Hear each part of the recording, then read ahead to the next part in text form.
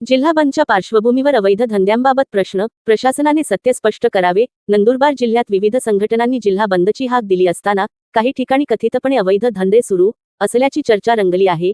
या पार्श्वभूमीवर कायदा सुव्यवस्था राखण्यासाठी जबाबदार असलेल्या यंत्रणांच्या कार्यपद्धतीवर नागरिकांकडून प्रश्न उपस्थित केले जात आहेत. सविस्तर वृत्त असे की शहादा शहरातील लोणखेडा बायपास रोडवरील अक्षर पेट्रोल पंपाजवळील रोहित रेसिडेन्सी हॉटेल येथे बिलाच्या किरकोळ वादाचे रूपांतर गंभीर मारहाण व लुटमारीत झाल्याची घटना घडल्याची माहिती समोर आली आहे. या घटनेमुळे बंदच्या दिवशी कायदा सुव्यवस्थेबाबतही चर्चा सुरू झाली आहे. जिल्हा बंदची हाक असताना कथित अवैध धंदे सुरू कसे, कोणाच्या आशीर्वादाने?